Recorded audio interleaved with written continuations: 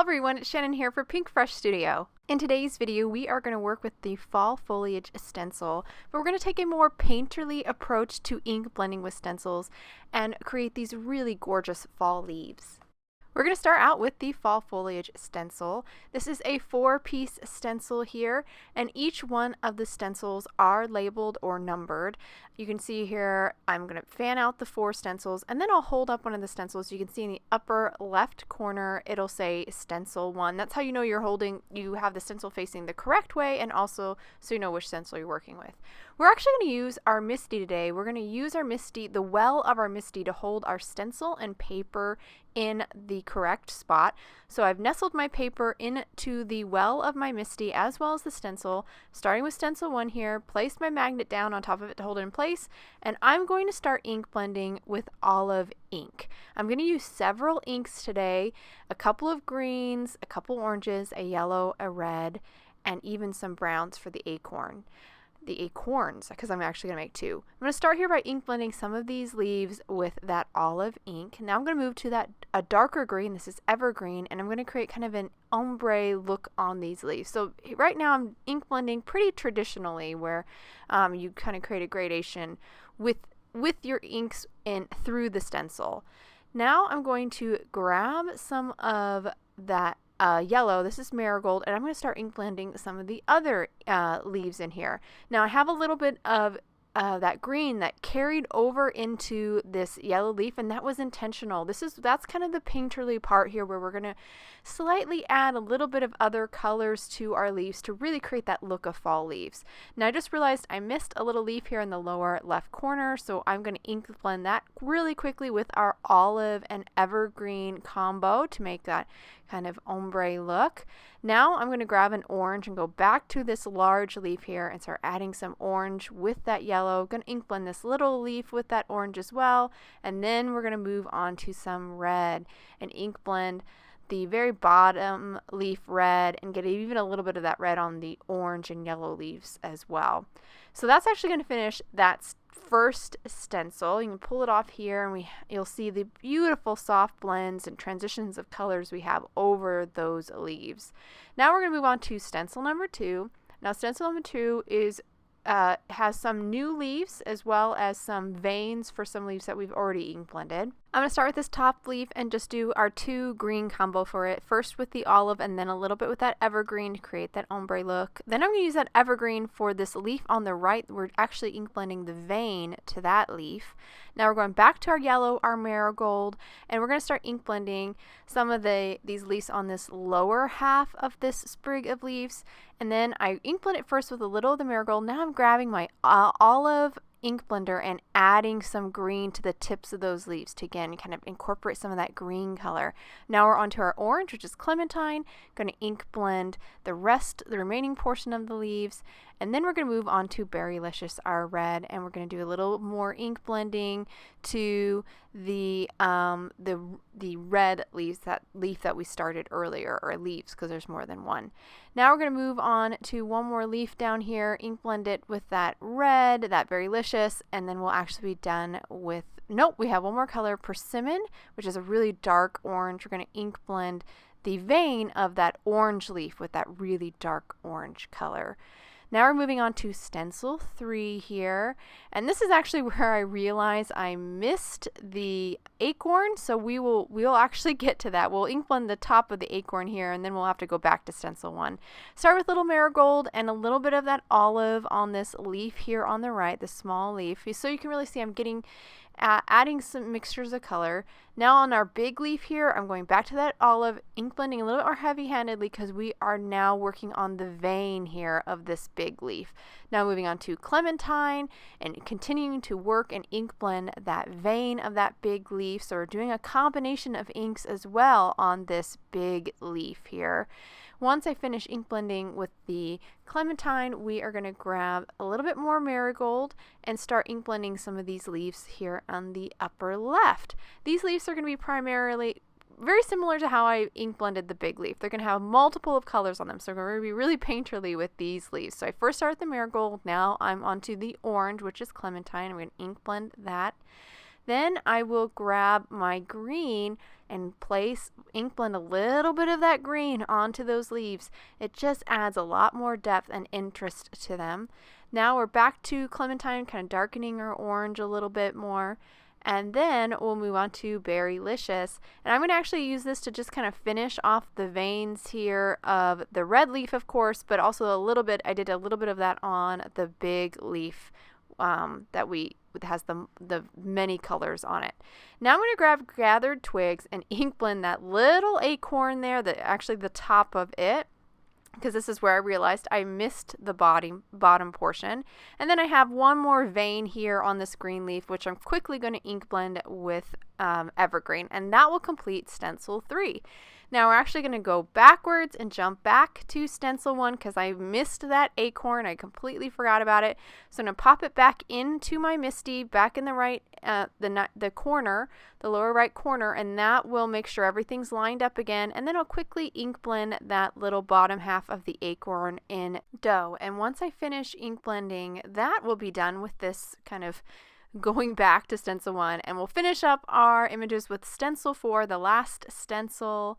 And I'm going to start with olive again, and I'm going to quickly ink blend the vein here on this kind of yellow-green combo leaf. And then I will add a little bit of that green to the veins of those multicolor leaves. And then we'll move on to Marigold, and I start ink blending the veins of these leaves here with Marigold. I actually probably shouldn't have even done this because I will now move on to Clementine and basically ink blend right over that Marigold. Marigold's kind of not dark enough to show up anyway, so the Clementine will definitely show up better, and you'll see those veins a little bit more vividly.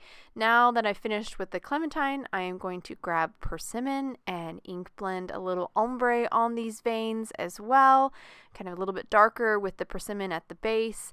And then we are done with all of our leaves. I'll hold up to the camera and you can see these beautiful changes in colors over these leaves. We still have some solid kind of green and red, so we have contrast when we kind of mix them together on our card.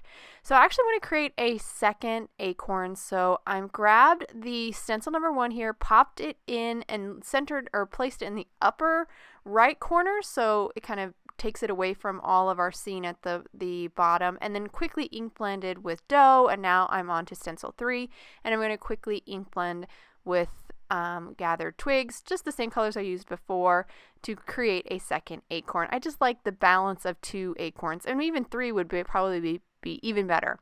Now I'm going to cut away the excess here just so I can fit this into my die cutting machine nicely. And I like to turn, when I die cut, I like to turn my paper vertically and horizontally, so when I can feed it into the machine that way, I just get better cuts that way. I'm going to use a couple pieces of tape to hold down the die in place, and then I ran it through. You can see here all my leaves cut out beautifully.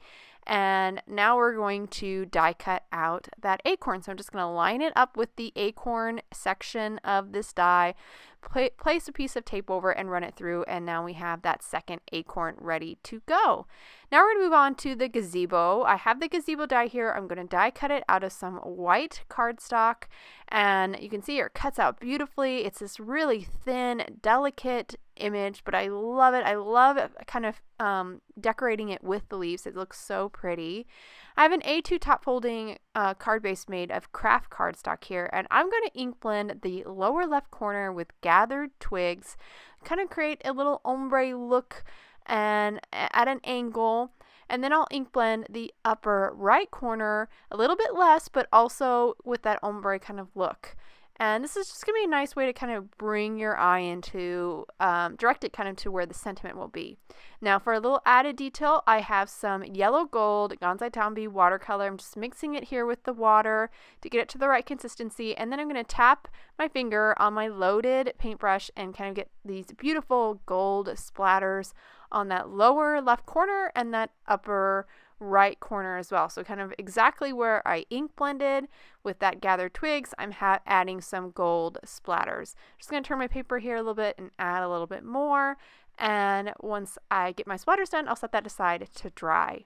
Now we're going to move on to the Pears and Pomegranate stamp set. I'm going to grab a sentiment from this set, place it on my scrap white cardstock, add some anti-static powder because I am going to heat emboss, inked it up in Versamark ink, and now I'm going to dip it into some gold embossing powder.